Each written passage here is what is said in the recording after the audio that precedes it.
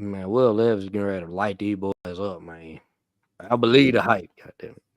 Yeah, man. Levis, man. Sunday is right around the corner, but it's going to take forever to get here, man. Y'all know how it is, man. Week one, man. It seems like time just slows down like a mug, man. But we going to get to it tonight, most definitely.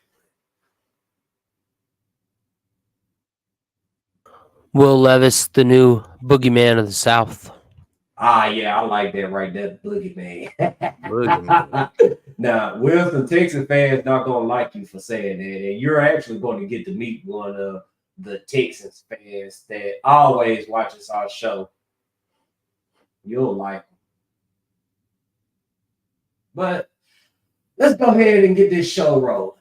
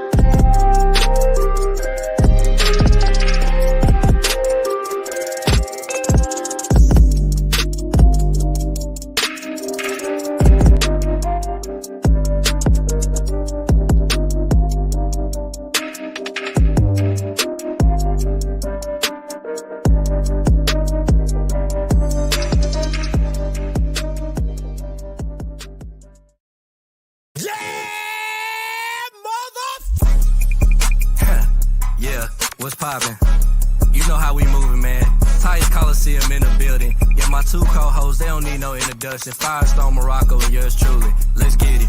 Okay, now tighten up, it's a Colosseum. Fake people, you'll never see them. Everybody authentic, dog, you can join to it, just take a DM. Everybody in the city rocking, they don't take much to be loved. I scared the doctor on my last visit with that two-tone in my blood. We don't play around, we just hold it down. They scared to play us on our side of town. Say we going through a rebuild, but are we really going through it, man? Stacking up on our receiving core, I don't see a ball going through their hands. Creeping up on our division rivals, they gon' really think that we the boogeyman. F the Ravens and the Texans, Jaguars and the Coast too. Real talk, if anybody not rocking that two-tone blue, you can catch us on a podcast. We gon' keep it real, we gon' speak fast. Always live on game day, we like Mike Keith when he yell sack. T-I-T-A-N-S, Coliseum. We be chillin' in the front row, it don't take much for you to go and see him. T-I-T-A-N-S, Coliseum. Everybody authentic, dog, you can join to it, just take a deal. You know what time it is. It's the Titans Colosseum podcast. Tighten the f*** up. Let's go. Man, they really gonna think Will Levis is the boogeyman after Sunday. Welcome to the Titans Colosseum podcast. You know who I am. You know who I'm in the building with. We're missing one. Hey, Firestone, I know you watching, so get well soon, my boy. But we got a special guest in the building tonight. Really not a guest, because, you know, we always talking about Wilson. So we decided, why not have Wilson on? So, hey, we got Tyler Wilson from Music City Autoplex in the house tonight. Wilson, how you doing, my guy? You know, I'm doing absolutely wonderful. I'm thrilled to be on the show with you guys. Love the content that you guys have all been putting out. I'm just proud to be a part of the team. Yeah, for sure, man. Y'all gonna all get to know Wilson a little bit better tonight. And after the show, shoot, you might want to buy a vehicle, man. So I've been doing, you know, the sponsor thing every week, Wilson. But since you're on tonight, hey, talk to them about Music City Autoplex. You know, honestly, Music City Autoplex, we've been around about 15 years, 2,300 five-star Google reviews, pride ourselves on customer service. It's originally why I started there. It's originally why I continue working that hard, just to make sure that people are treated right when they go to car dealerships and the people are getting the right deals that make sense for them. And because ultimately I don't want people getting taken advantage of, because everybody works hard. We were just talking before the show about how life's already hard enough as it is. We don't need any more problems like that. So I'm happy to be a part of the show, happy to be a part of the Titan family. And I just hope that I can see some of you guys one day and help you guys out and do the best I possibly can. Yeah, for sure, for sure. And hey, Wilson, man, we got a great group of people who always support us. Man, they be waiting for us as soon as we get this show started. Shout out to Daniel watching tonight. Shout out to Terrell watching. Cole Redman in the house. Nathan in the house. Antonio Summers in the house. Hey, y'all go holler at Antonio. If you need some furniture, holler at Antonio. He gonna take good care of you. D9, what's happening, my boy? Corey, what's happening, my boy? We got Pastor Williams in the house, man. Hey, you need a church home, I'll let Pastor Williams. And make sure you vote for Pastor Williams for Fan of the Year. Vote for him 50 times. Vote for Blueface 50 times. Vote for Titans Idiot Nation 50 times. Vote for all our Titan fans that are running for Fan of the Year 50 times, man. I know whoever wins is going to hold it down for us most definitely. D Majors, what's happening, my boy? Ken G, what's going on? Michael, what's going on? Make sure y'all like, share, subscribe, tell a friend about us, blah, blah, blah. This, that, and the third. RJ, you got your white beat on, so I know you ready to stand on business tonight. Yes, sir. You know what time it is, man. Hey, we got a big game on Sunday, man. We got a big game, man. We got to show the world what was popping, man, when it comes to the Tennessee Titans. You feel me? Yeah, for sure, man. Before we get to the meat and potatoes, though, man, Wilson, I'm gonna let you talk to the people about how you became a Titans fan. So really, honestly, my beginning of Titans fans, it was during the Aaron McNair era. So for those that are watching the documentary, hey, I know there's a lot to unpack there just to start. But, you know, the Samari Roll, Drew Bennett, the Frank Wycheck, the Keith Bullock, it was an excellent, it was a good time to be around. I know that was hilarious. I wish I could pull off a beard like Firestone. I wish I could. I don't think I'll ever be able to do it, man. Firestone, I give you props there. I'll never be able to do it. But like for me, being a Titans fan was, sitting down with the family every single Sunday, relaxing, watching the game, just enjoying it together as like a family. You know how football is, because nowadays we get to watch it all together as a family, kind of like with the Titans Colosseum podcast and content like this.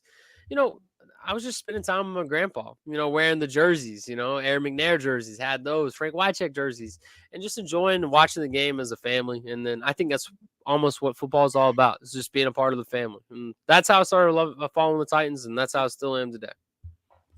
Cool. So you said you pretty much started watching the Titans during the McNair era. So surprise me, Wilson. What's your favorite moment as a Titans fan? Oh, my favorite moment as a Titans fan. It was probably the Chris Johnson wild. I think it was like a total of like 150 yards total run. I can't remember the exact game it was, but he took a screen. He ran from sideline to sideline, dodged everybody. I think it was against the Texans. The Chris Johnson era definitely was electric. I think I know what you're talking about. I want to say that was against the Chargers. Yeah, some wild run. If I could find the highlight, I would love it. But being there for that game, watching someone like that pull that off in the NFL, absolutely wild. I couldn't believe it. So that to me was my favorite moment, because people around you, you just witnessed it and you saw it together, and you looked at it and be like, that doesn't happen. Players don't do that. That's just not a normal thing to do. And so that's why it's my favorite moment. Yeah, man, that was definitely a dope moment, man. RJ, I know you got some CJ moments, man. Talk about one of yours.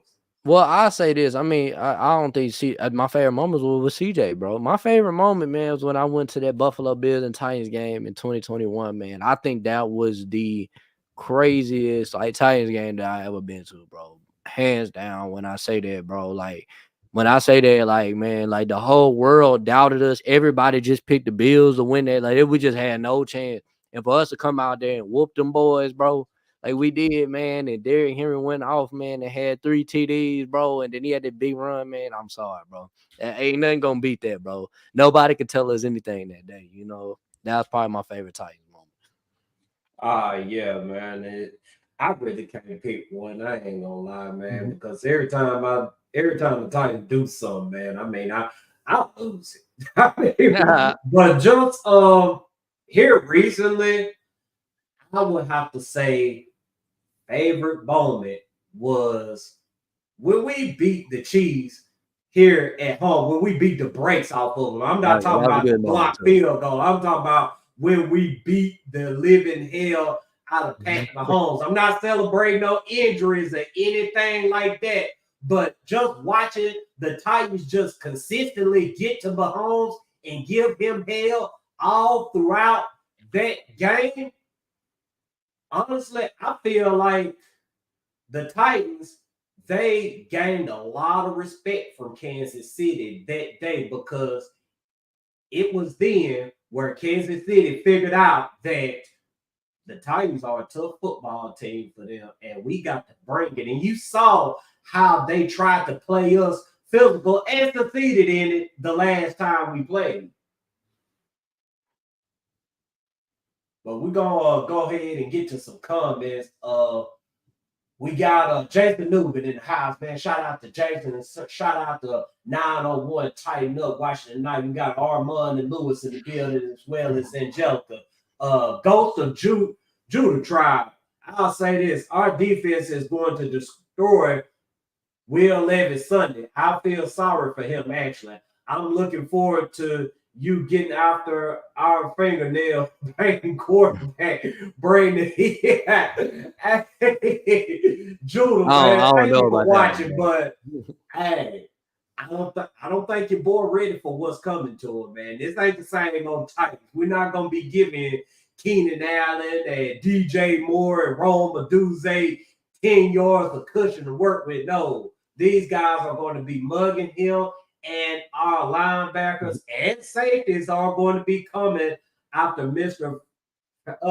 Fingernail.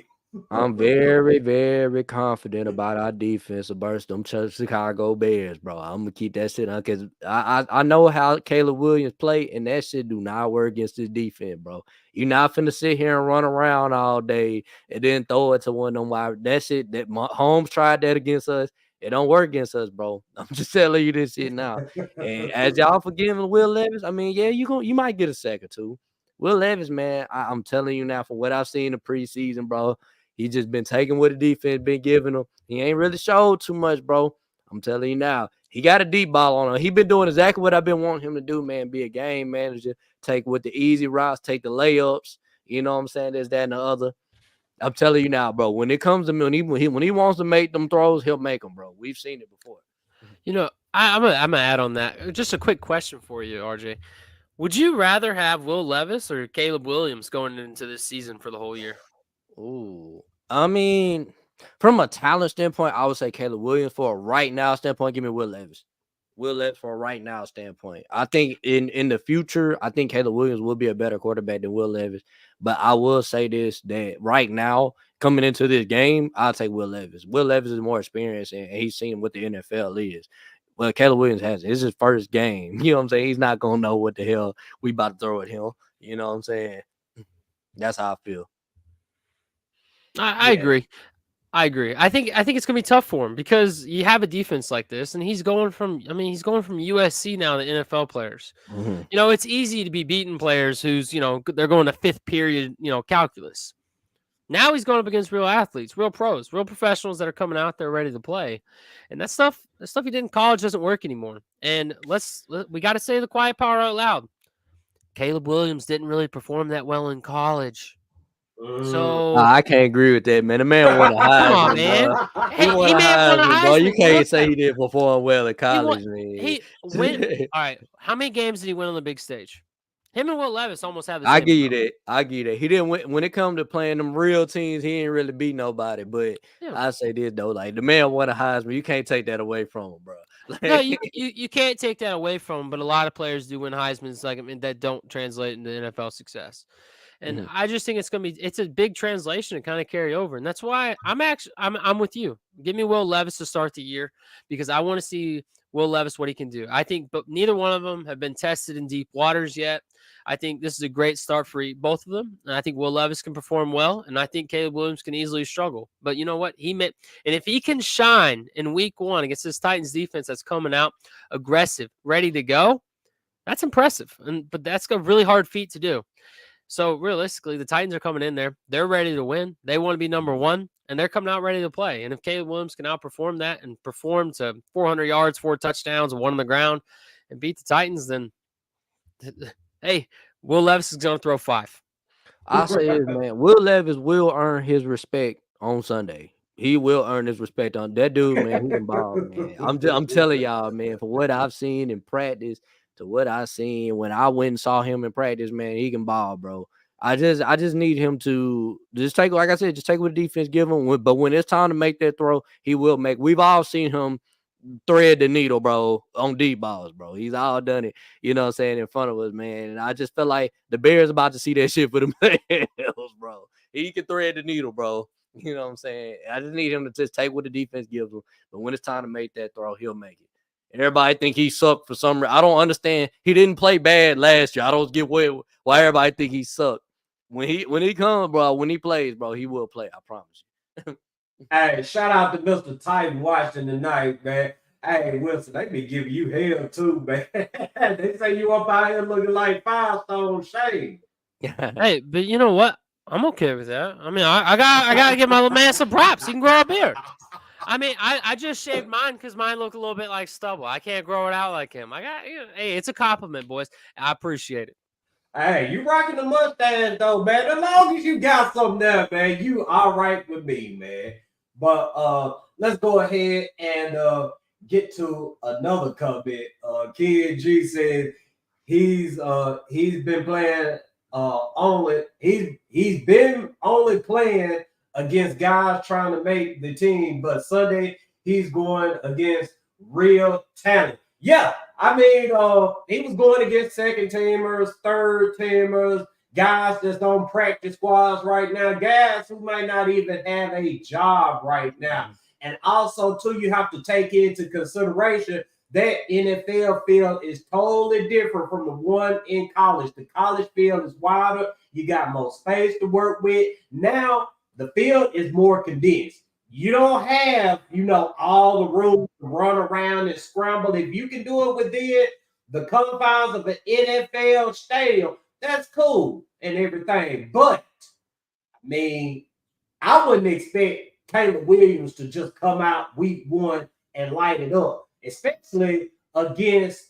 this defense and this group of coaches, because they've seen this before. They've been through this before. I mean, they're pretty much plotting.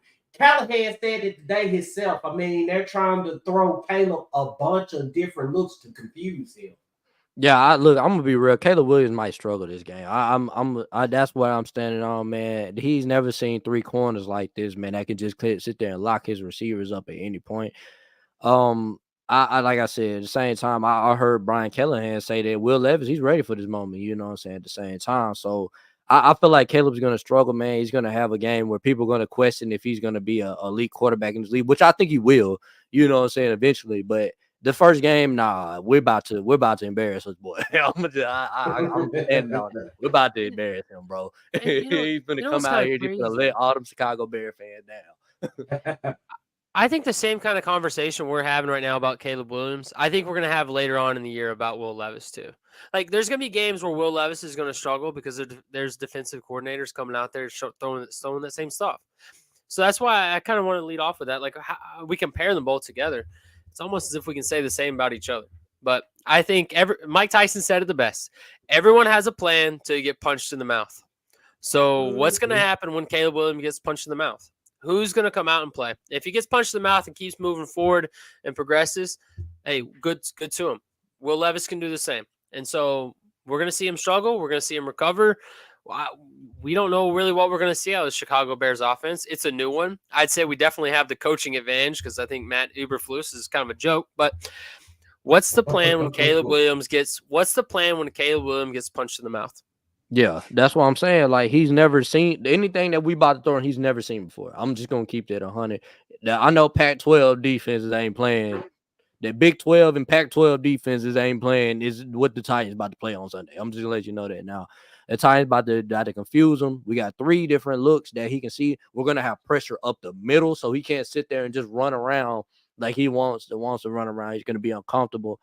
I don't think Ernest Jones is playing this week. Yeah, I know they still trying to get him acclimated to what's going on, but we still got Kendall Murray, Jack Givens, all the guys in the back. You know what I'm saying? We're gonna be blitzing. You know what I'm saying? We're gonna make it tough for Caleb, man, on Sunday. You know, Will Levis is gonna be able to. He's already seen what the Bears have done. He's been in the league for a year. You know what I'm saying? He's played 9 games. You know what I'm saying? He's seen what the league can throw at him. You know, it's not gonna be a surprise to him. You know, when he sees what the Bears are gonna throw at him. They're a good defense. I'm not denying it at all. They're a very good defense. But I do think the Titans come out with a win. We're gonna go up there and we're gonna get a W. You know. Yeah, that's the first man. Gardner Mitchell, man. You ever heard Gardner Mitchell Wilson? I did the other day for the first time. And I thought it was a lot of fun. You know, I'll take Gardner Minshew and like a Walmart Pedro Pascal, both of which I'm just going to take as a compliment.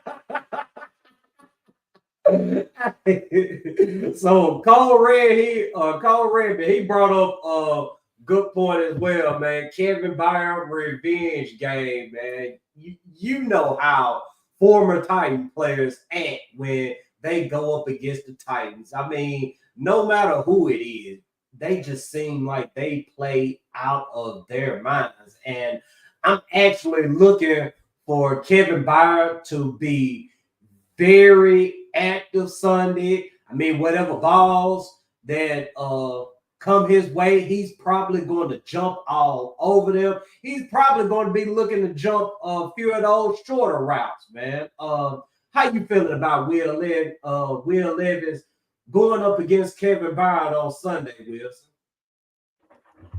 Well, I say this. Sometimes whenever you have someone in that situation where he feels like he's going to know what the offense is going to throw at him, a good schemer is going to predict what Kevin Byard would do and then do against it. So I actually think he'll probably get burned. He may have a good play, but I think he's going to get burned because he's gonna see all these things in practice. He's going to be like, Will Levis is going to look here. And then it's going to flip the script on him. It's going to go deep, and he's going to get burned on it. So I think it's a blessing and a curse because if he takes what he used to know and applies it to this game, it might be a different quarterback, different offense, different scheme. I mean, if anything, it might be an advantage that he is going over there on week 1 because he hasn't really seen anything. How you feel about it, RJ? Well, I mean, Kevin Byard's not the same Byard that he played for the Titans. Like, I mean, what are we talking about here, man? I mean, when he was at Philly, he was getting burnt left and right. Like, he's not the same player. I mean, he'll make a play. I'm not gonna sit there and act like he won't be in the right spot. He will be, but he doesn't have the athleticism that he had when he was playing with us, man. When he was in his prime, when I thought the dude was going to be a Hall of Famer, you know what I'm saying? The way he was playing, getting interceptions here and left and right, but he's not that type of guy for the Bears. I mean, he's still a good safety, but he's not the Kevin Byard that we had. You know what I'm saying? This, that, and the other. The Bears have really good defense. I'm not gonna sit there and deny it's the Bears. And when have they ever just had a bad defense? You know what I'm saying? It's the Bears. You know, but at the same time, bro, I just look at it like this, man. Kevin Byard be the best player on their team? Nah. I think they got Montez Sweat, they got Jalen Johnson, man. They'll make more plays than what Kevin Byard will be for them, you know.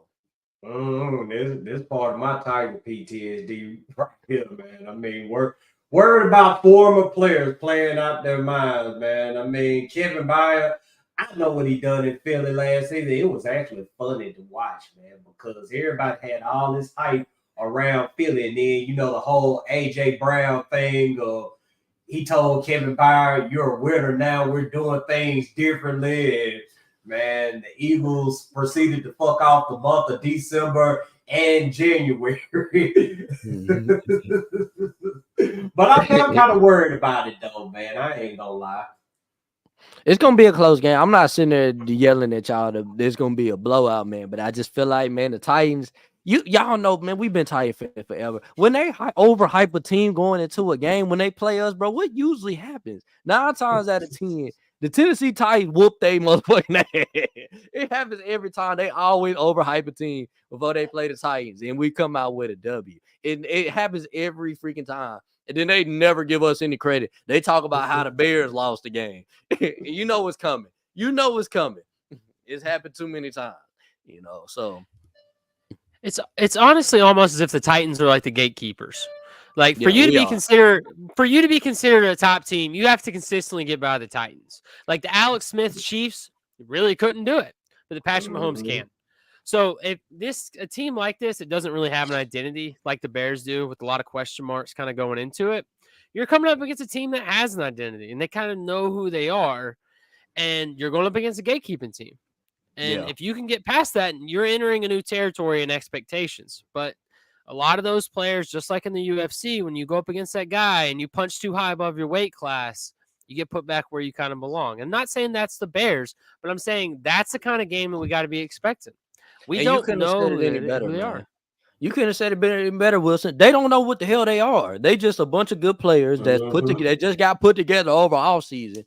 And they coming in this game and they just think they just finna out-talent us. And that's not how it goes, because we talented too. People don't know how talented we are. You know what I'm saying? The Bears, the real talk, they don't really know much about us. We're about to open the playbook a bit against them, and we're going to open it up, and we're going to score. I promise you. And we're going to see when we get up on them and the fans start getting quiet, how they play. You know what I'm saying? We're going to see what happens when they're down, because we're going to punch it. We're going to come up there. We're going to punch them in the mouth, and we're going to see how they play.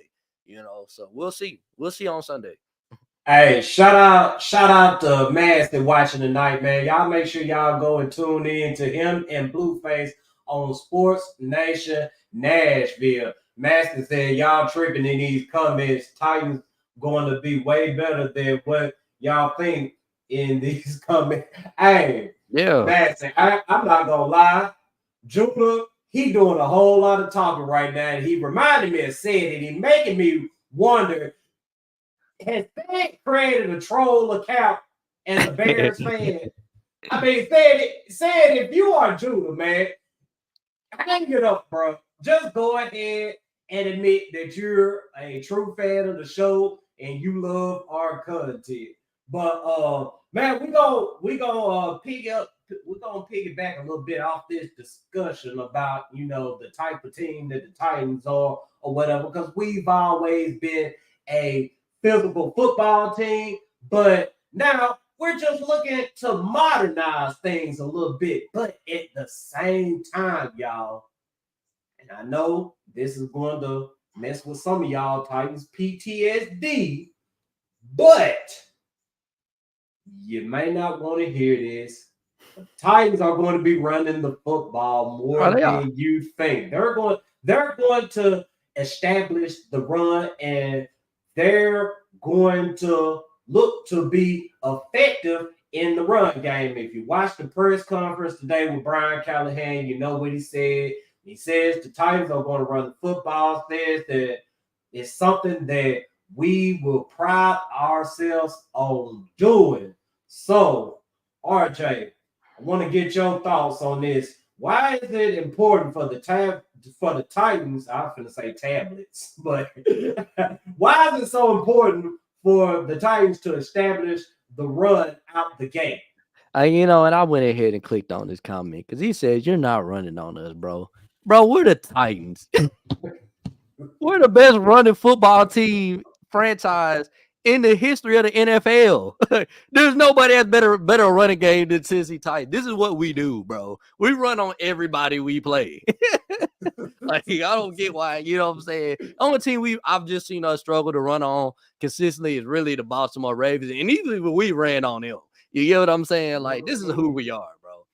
And I just look at it like this, I'm happy. When we hired Brian Callahan, it's not that I just didn't want to run the ball. What I said is I don't want us to be our only thing we can do. When we're playing a team that has a bad secondary, Why are we trying to run the football against them? You get what I'm saying? I want to be able to run the football. I don't want to get away from who we are as a team. I mean, as we are through the history of the Tennessee Titans, and that's running the football. I want us to be able to adapt to a team whenever they're stopping us from running the ball, and we can go and we can pass. You know what I'm saying? I want us to come out there and beat them up in the line of scrimmage and run the football. And if they can't stop the run, keep running the darn football. I want Tajay Spears and Pollard to kill him. You get what I'm saying? This, that, and the other.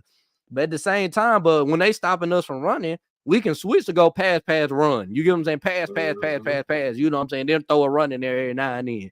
You know what I'm saying? That's what I want to do. I'm cool. We playing on the road. We gotta run the football. You know what I'm saying? When you playing on the road, you gotta make the game go slow. You know what I'm saying? You can't just come out there slinging the ball, man. Then you gonna get the crowd hype. You get what I'm saying? So come out there, run the football, make it slow, keep the defense on their heels, man, and let's get up out of here with a W.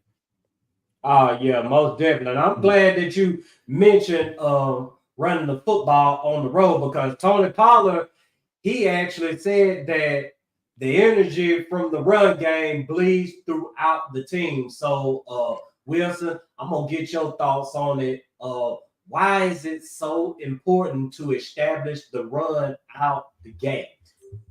Well, the first I kind of want to touch on the Spears and you got Pollard. And honestly, it reminds me a lot of the Chris Johnson, Lindell White era, where you had two players that were able to run very well, but also complemented each other. And I feel like it's important for us to establish a run because, one, they're almost two completely different players that run two completely different ways. So it forces you to defend in multiple different ways, but now it opens up an elite, dangerous passing game that we haven't necessarily seen yet. So if you can stop the pass, that's great. Once you load that box, but it's dangerous once you do that. Because if Will Levis can do it, that's a serious issue and a serious problem that you're going to have, because that's not something the Titans have ever had.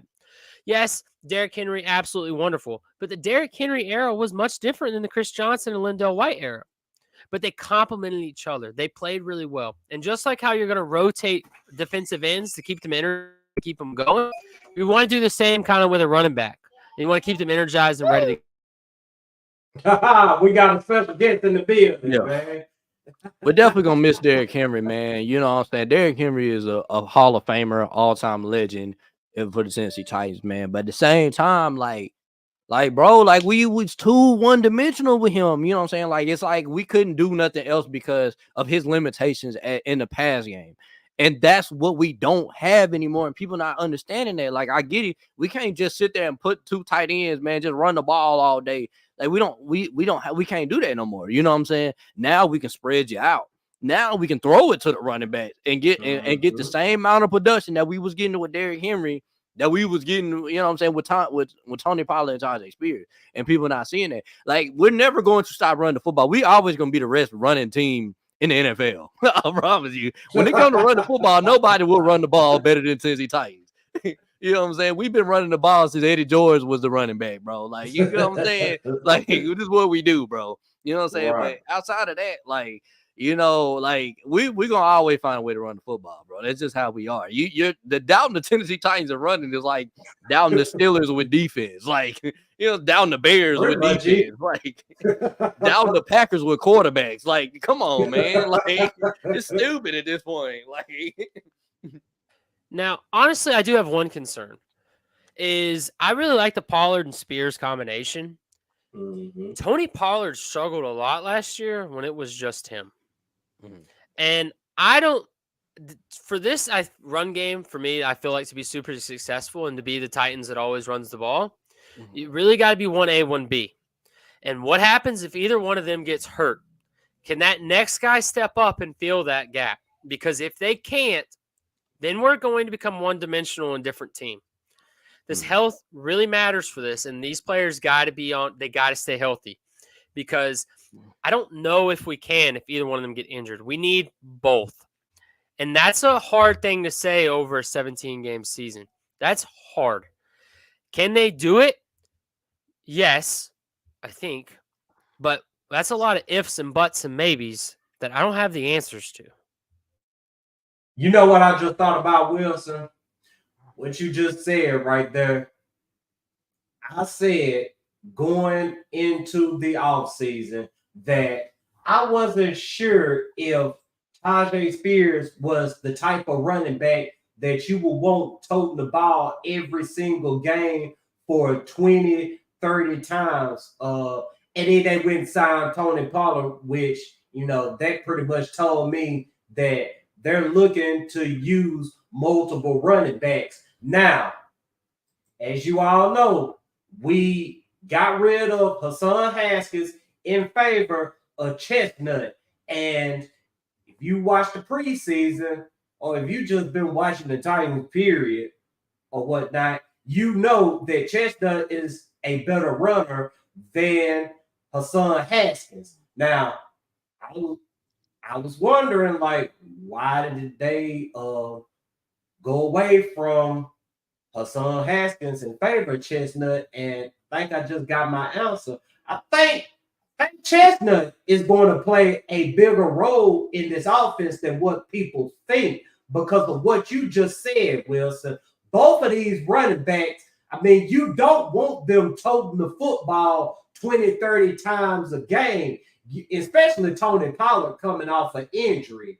Now, there may be some games where you may have to pound the rock a lot, and you may see 3 running backs in those games in which you'll see Chestnut get some carries. What are your thoughts on that? I think you kind of have to because you got to keep them all healthy. You got to rotate them properly. If I have to guess, honestly, the first time we see a running back injury, it's not going to be a practice squad call-up. It's going to be one of those running back free agents that are kind of still available. I mean, the Jerick McKinnons, the Kareem Hunts of the world, people that have kind of already have that experience that can kind of just fill the gap that we kind of need. It just kind of shows what is Chestnut, what can he be, and what is he going to turn into? Because, like I kind of brought up earlier, we need one A, one B. So can Chestnut step up if he needs to be one of those players? And I think we're going to find out quick because I think you're right. What's the run load? What's the split going to be on these running backs? Is it going to be 7 carries? Is it 10 carries a piece? Is it 12-7? Because if it's 12-7, are we going to rotate Chestnut in for 3? Like, who's actually going to be running the ball here? And I don't think anybody kind of knows the answer yet because we don't know. Yeah, from what I've understood, man, they're going to be running with the hot hand, no matter if it's the running backs or the wide receivers. And something else to think about as well. Callahan, I mean, the short passing game, he's going to be using that as, a run game of some sort as well. So you're going to see, a lot of screens, and you're going to see a lot of, get the ball out 2 seconds or less or whatever. And that's going to compensate for some of that, handing the ball off to these running backs and putting a lot of wear and tear on them. Well, I'll say this, man. I think both our running backs are nearly the same, but they got 2 different running styles. You know what I'm saying? Like, one is very shifty. The other one is about burst. You know what I'm saying? And a very, very high acceleration. You know what I'm saying? So when you got Tajay Spears and Pollard, man, I mean, it's 2 different running backs, man, that you got to prepare for, man. And then once Pollard get going and they throw Spears out there, you so used to playing against Pollard that Spears break one and you like, man, he a whole different type of running back. You get what I'm saying? When you can run the same plays with either one of them two. And yeah, obviously we got Chestnut as well, who can be a bruiser at times, you know what I'm saying? So at the end of the day, man, I mean, you're gonna have a problem with these running backs, man. You're gonna have to prepare for all 3 of them. I do look at, as well, our passing game. Like you said with Callahan, man. I mean, we got DeAndre Hopkins coming back, and I don't think we ain't showed nothing to DeAndre Hopkins in this offense. We don't know how we're gonna use him. But I know that he's going to be our number 1 wide receiver, this season. I feel like he's going to, get the most receptions more than Ridley at the same time. And when you so focused on D-Hop, Ridley gets off. You get what I'm saying? You look at Tyler Boyd gets off, in the slot. You look at our tight ends are a freaking problem as well. You got Wiley, who's big. You got Chig, who's fast. You got David Martin Robinson, who's underrated, who's probably going to be our nigga Westbrook Akina of tight ends. You get what I'm saying? Who's gonna make plays and like, man, who is this big old dude? You know what I'm saying? Then you got Nick Westbrook-Akina, who the Bears absolutely, I know, don't have no clue about, who probably will score about a touchdown on them, but they don't even realize. You know what I'm saying? He's in the perfect spot on this Tennessee Titans offense, and I love it. Then you got Traylon Burks, who's just an athlete. You know what I'm saying? We're gonna see how they're gonna use Burks as well. We have a lot of weapons, man, that people don't know about, and I'm just excited, man, because I know Brian Callahan, he's waiting to unleash the dogs against this Bears team, and they don't know what they're getting themselves into. And I kind of want to touch on one thing on this while we're on the running game, and then we talked a good amount of running backs. Brian Callahan, when you think Joe Mixon, who else do you think of? Giovanni Bernard. Yeah. Constantly involved in the offense, constantly doing stuff, constantly in receptions, constantly getting yards, scoring touchdowns. I think that's kind of what we're looking at here. The past couple of years, he's been doing it with Samuel P. Ryan. I think we're looking at the same exact thing. And that run game wasn't anything special, but Joe Mixon, out of it, in 6 or 7 seasons, he has four 1,000-yard seasons. Oh, he yeah. did it with that. If you paid any attention to the Bengals, you know how they operate when it comes to the run game. They're going to run the ball whenever they feel like it's time for them to run the football. Hell, if you can think back to, and I hate to trigger y'all PTSD, but if y'all can think back to the divisional round game we had against the Bengals a couple years back, you know how the Bengals came out the second half? They came out running the football, and they were effective running the football. They ran the football because we were clocking the shit out of Joe Burrow. So with them running the ball, that kept them in the game. And I'll be looking for, the same in Nashville. They probably are going to lean more pass oriented or whatnot. But that doesn't mean that they're going to just straight up get away from running the football. Mm. I'm happy for what I saw from Brian Callahan this preseason, man. I mean, this is probably the most creative offense that I've seen in the Titans history, man. Like, I'm being real. Like, it ain't two tight ends saying we trying to run the ball on team. Like, I mean, there's motion, there's fakes, there's eye candy, there's, you know what I'm saying? It's just so much. Like, I'm watching the film on these guys putting film on tape. You know what I'm saying? With this offense, I'm like, man, this is crazy. Like, I was like, I've never seen this is like a Sean McVay offense, man, with the offense, with the weapons that we have. And I'm just excited because I know Sean McVay, man, he get it done. He can find anybody and turn them into a superstar. You know what I'm saying? Who's gonna step up for the Titans that people just don't know about around the league? They're gonna start picking up in fantasy. You get what I'm saying?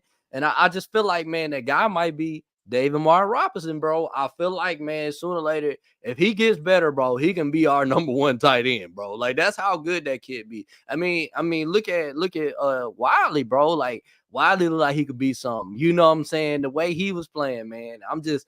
It's like these guys are finally reaching their potential on offense because they have an offensive-minded coach that can make stuff easy for them. You get what I'm saying? Mm-hmm. And I feel like that's the same way with Sean McVay, bro. When I watch the Rams, man, and I'm excited, man. I've never just been excited to watch the Titans in preseason. This is preseason I'm watching, and I'm like, man, these guys are moving the ball up the field, man. I ain't seen the 3 and out yet, and I'm just ready to see it in a regular season, man. Hopefully it translates.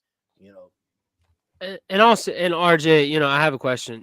Have you ever been more excited about a Titans offense before this year?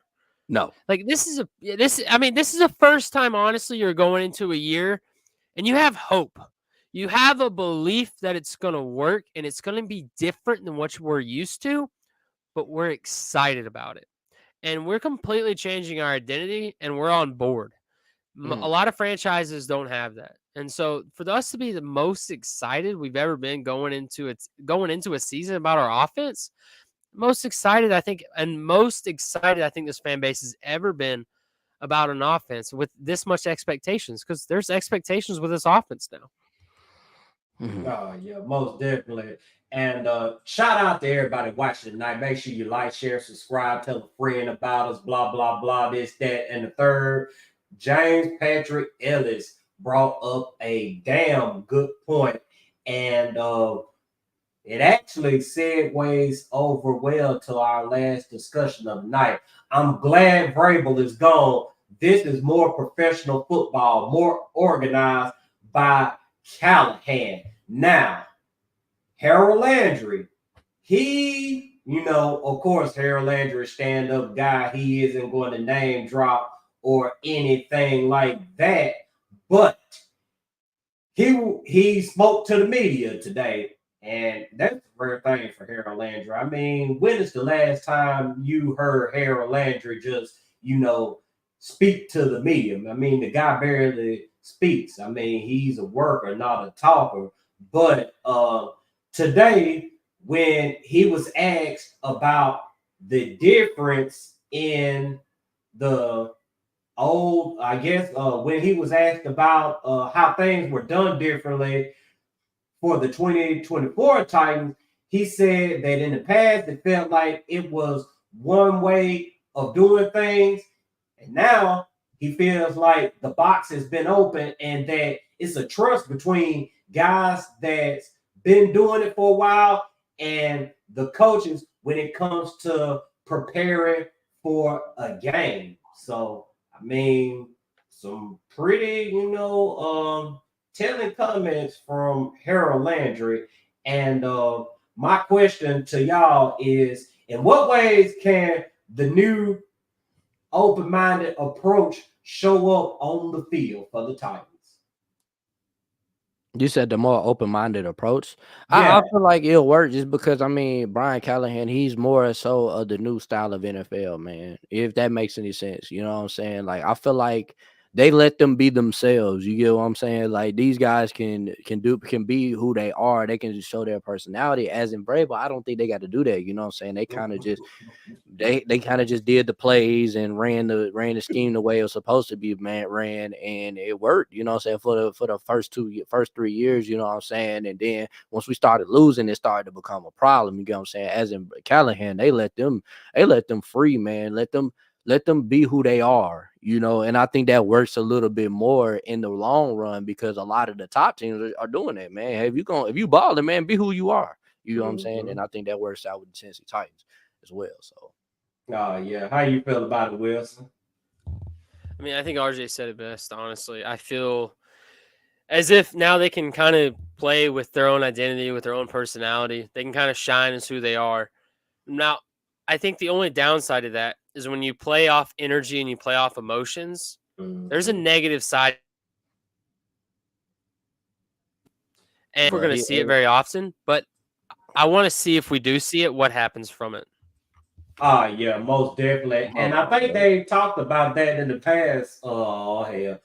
Let me hold on. Before you go ahead and get it, RJ. Go ahead and get it. This man says, show me that Lombardi. How old are you, bro? Let me ask, how old are you, bro? Bro, you was not alive for that 1985 Bears, bro. Come on, bro. I know you about 30, bro. 20. You ain't no way in hell, bro. My grandparents that are in Chicago right now saw that Super Bowl, bro. I know your ass ain't seen that goddamn Super Bowl, bro. Stop lying, bro. Like, please stop talking about Lombardi, bro. Like, wow. Y'all got one Lombardi. Y'all was one of the first NFL teams ever. If not the first NFL team ever created, bro. Stop, bro. Y'all trash. Hey, Cole Rabbit and Rashid brought up Nate Davis, which y'all know former Titans as well. Now I'm not worried about Nate Davis going off because Lord knows if Sweat was pushing around Cushenberry the way he was in camp, I mean, if he gets matched up against Nate Davis, it's going to go bad. Jeffrey Simmons gets matched up, Nate Davis, it's going to go bad. So I'm expecting big things out of Sweat and Davis on Sunday. But yeah, man, we're gonna go ahead and get to another comment that I saw Cole Red, he said, we wrote the Declaration of Independence the day after the Bears lost the Super Bowl. Man, Jesus was alive, bro. He was, you know what I'm saying? He was out there making miracles and shit, boy, out there in Jerusalem, bro, when the Bears won their Super Bowl. Hey, I'm gonna ask, hey Judah, bro, are you gonna be here after if the Tennessee Titans? I know you're gonna be here after this Bears win, but if the Titans win, are you gonna be here, bro? Are you gonna be here to stand on business for all this stuff that you talking, bro, on this podcast, bro? I just gonna ask, bro. Hell no. I believe Jundrick said, I believe some of those defensive players were mad about the DBs being like 10 yards. Oh, yeah, you already know, man. You already know they felt some type of way about that because, I mean, players want to be aggressive. I mean, you know the whole thing about, you know, when you got fourth and short, the players be wanting to go for this shit. And, you know, with those DBs from last season, I mean, I don't know how much pressing that you would want to do with those DBs that we had, but you definitely wanted to see them play a more physical style of defense or whatever, because, I mean, Fulton was going to get burnt regardless. But the thing about it is you wanted to put Fulton in position to at least give him a chance. And I don't feel like Mike Vrabel done that with a lot of the players. Wilson, what do you think about it, man? I'm not really for certain because I don't necessarily know what Vrabel was saying. It's almost a completely different identity. I think this team is almost a brand new team, and I feel like anything that was used against them and said about them, anything that we've seen before, anything that's not talent, it's just hard to predict going into the year. So I just kind of go into this week with question mark and an open mind. What are you going to show me this time? Mm-hmm. Right.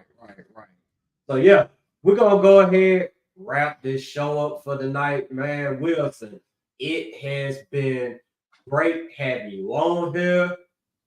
You get to do your own sponsor for tonight, man. Go ahead, tell the people where they can find you. And if you got anything going on in the future, man, you can let them know about it as well. You know, honestly, I want to use this sponsor time to just kind of talk about these guys right here, RJ, Mr. Taylor.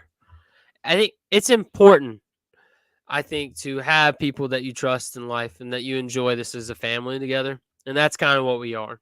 We're a family. I want to treat you as a family.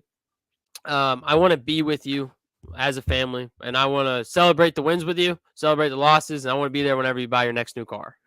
So with that being said, I want to treat you like family. And I would treat both these gentlemen like family as you guys do. You guys listen to them and you guys join us together and we talk up together. If you're interested in a new car, I'll treat you right and I'll treat you like family. And that's not something that you find anymore. Every time you go out to eat, how many times do you treat not like family? Family is important to me. This entire family is important. Anyone I meet, you're pretty much extended family. Family doesn't end in blood. All right. Family is who you make a part of your family. And I'm happy to be a part of this family. I'm happy to know these guys. I think they're absolutely wonderful human beings. And I just want to say thank you guys for coming out tonight. You did an outstanding job in the comments. Even our hater, where's our boy Judah at? You know, Judah, you fueled the fire, man. You got the boys. You got them going. It's really dangerous sometimes when you have negative comments because sometimes you wake up the people that were being quiet. And so for that, Judah, thank you. And nobody else is going to really say that, but I think I can speak on all the boys. Thanks for showing up. Thanks for getting the boys fired up because you know what? You're going to have people that are going to be watching the game. They're going to be like, hey, I bet Judah's really enjoying it when they're down 20. And he's out there in Chicago enjoying his little Chicago dog getting down 20 points. All right. So, you know, that's really – we're a family here, and I'll treat you like family if you decide to buy a car. And also it helps support the show. And I know that they deserve that. You know what? They deserve that support. And that's the support I want to make sure they get. Yeah, for sure, man. As always, Wilson, we appreciate you very much. And We just got the super chat. I know I just saw the super chat come through because we not gonna miss the super chat around here, man. Shout out to CJ watching tonight. The season is almost here. I'm excited. NFL 2024, man. Look, man, it's right around the corner.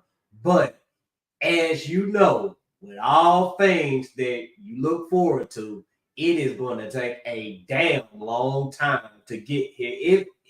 Man, look, just for us to get to this week alone, it has felt like 2 or 3 months for me. So these next few days, oh my God, if I can find something to do that's gonna speed this shit up, god dang it, that would be love for me, man. But RJ, how you feeling, man, going into Sunday? Judah, man. You done came in here, you done typed up some paragraphs, you done typed up some receipts, man. You better pray that bank account ain't bouncing on Sunday. You done typed it up, bro. Hey, don't disappear, bro. That's all I'm saying. Hey, you talked all this trash, bro. You came on here and said you gonna beat us 50 to 10. You know what I'm saying? 45 to 7, bro. Hey, y'all better. Hey, them boys better. They better live up. They better back your trash talk, bro. That's all I'm saying. If we come up there and we ruin y'all little party, bro, make sure you come back to this show, bro, and give us a props, bro. Don't just disappear and just, oh, I hate the Titans, man. These boys, man, they delusional, blah blah blah. Nah, man, give us a props because we told you from the jump, bro. We was all confident on here, and we told you that we were gonna beat your team, bro. So I don't want to hear nothing, bro. Don't say we delusional because you done came here and said we delusional, don't know ball, this, that, and the other, man. Just give us a props, bro. You know, man, that's sad, man. Ain't nobody trying to hear all that, man. Ain't nobody. Sam better be worried about the Texans, and well, shit, I can't even say that. The Colts ain't won a Week 1 game in 10 years, Wilson. Did you know that? What was that again? The Colts haven't won a Week 1 game in 10 years. The last game they won Week 1 was in 2014, in which that was the year that they last won the division. Is that also like the year that Jim Irsay got caught with like opioids and stuff in his car?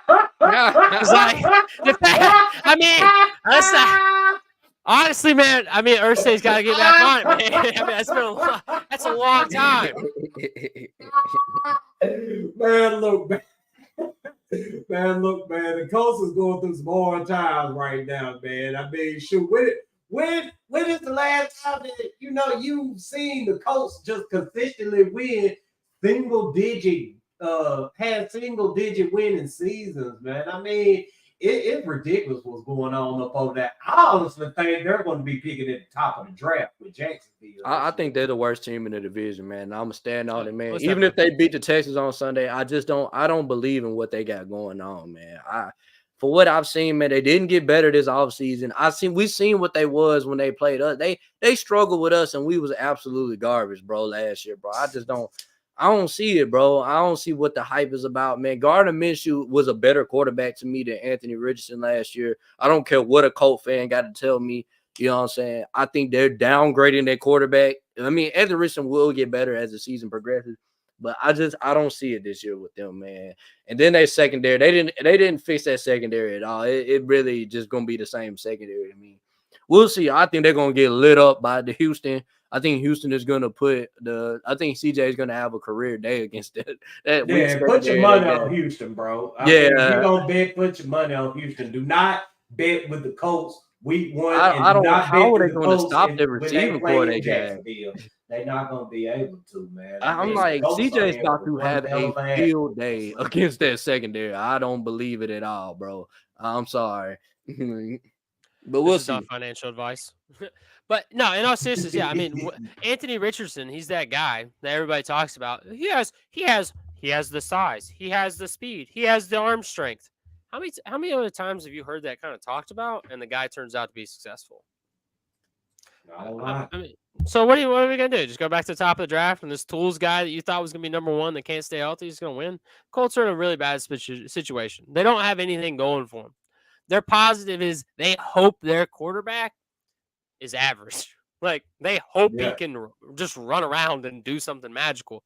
That's not winning football. That's not the key to success. That doesn't work. You can ask Kyler Murray. You can ask Johnny Manziel. We can go through the whole story. This Colts team is not very good. The Jacksonville team has a lot of question marks, and the Texans team is really good. And then the Titans is like this giant question mark that we don't really know. They could be really good. They could be great. They could be average. I don't know, but I know they will be better than the Colts. You know what they say, man? Shedeur Sanders gonna be a Colt, man. Oh yeah, it's gonna be wild, man. See Dion in Indianapolis, man. Hell, Dion might be the head coach in Indianapolis. You know how Irsay rolled. You know, I'll kind of ask this: do you think are you guys tired of quarterbacks being taken number 1 overall? Because I feel like when they're not, that's more successful. Aiden Hutchinson, Myles Garrett, it's being more successful. So these teams that are just reaching for quarterbacks, is it working? I say Joe Burrow. I think Joe Burrow was the correct pick at number 1. I mean, I just feel like, bro, they just be giving them number 1 just because they're a good quarterback. You get what I'm saying? And I feel like they need to just really do their research. And it's also about, like, usually the team that gets the number 1 pick, always they need a quarterback so bad. That's why they get the quarterback number 1. You know what I'm saying? You look at Carolina Panthers, they didn't have no quarterback, so they drafted Bryce Young. You know what I'm saying? And then that's the reason why the quarterback is going number 1. It ain't just because they're the best player in the draft. It's specifically because the team that's picking number 1 needs a quarterback, you know, so. But I think that's a recipe for losing. So I think if the Colts want to kind of keep losing like that, then you keep doing it. Because a lot of times, look at the teams that have been the most successful. The Browns, they don't really have a quarterback. They said, cool, we'll take Myles Garrett. You know, Lions, not a great quarterback. We don't really know what Goff is. Aiden Hutchinson. I hope that the Colts do the right decision and draft someone that can actually be a playmaker for them for the years to come, and not necessarily the quarterback that may probably not be their answer. Yeah, man, I think it goes back to this thing where people want instant success nowadays. It's like what do they call it? A microwave society, to where teams, I feel like they're under pressure from the fan base trying to win now, and that's what causes them to go and chase after these quarterbacks and even play some of these quarterbacks earlier than they need to be played, like the Indianapolis Colts. I mean, you heard many people say that Anthony Richardson was a project that it would be more beneficial for him to sit and learn. And what did the Colts do? They threw his ass out there and they ran him like he was freaking Lamar Jackson, and he got hurt. And, you know, in the Titans game, when he hurt his shoulder, that ended his season. And if they continue to operate that well, like that, they're going to be chasing another quarterback, because you know Jim Irsay, he's hell bent on winning this Super Bowl. Hell, he even promised that within the next decade the Colts are going to win the Super Bowl. But man, we'll see how all this goes Sunday. The Jags got the Dolphins, in which the Jags probably going to get their ass whooped too. But we'll discuss that more on Friday. Y'all make sure y'all tune in to the Friday show as well. We got some dope as hell for y'all. We ain't going to say shit about it. We just going to continue to enjoy our week. Once again, Wilson, we appreciate you coming on with us tonight. Yeah, we got, hey, y'all tune in Friday night. Y'all ain't going to want to miss it. So get y'all ass to work in the morning. The fun is over with. Your 3-day weekend, 4-day weekend, all that. Get your ass to work in the morning, get your ass to school, and tighten the fuck up. Let's go.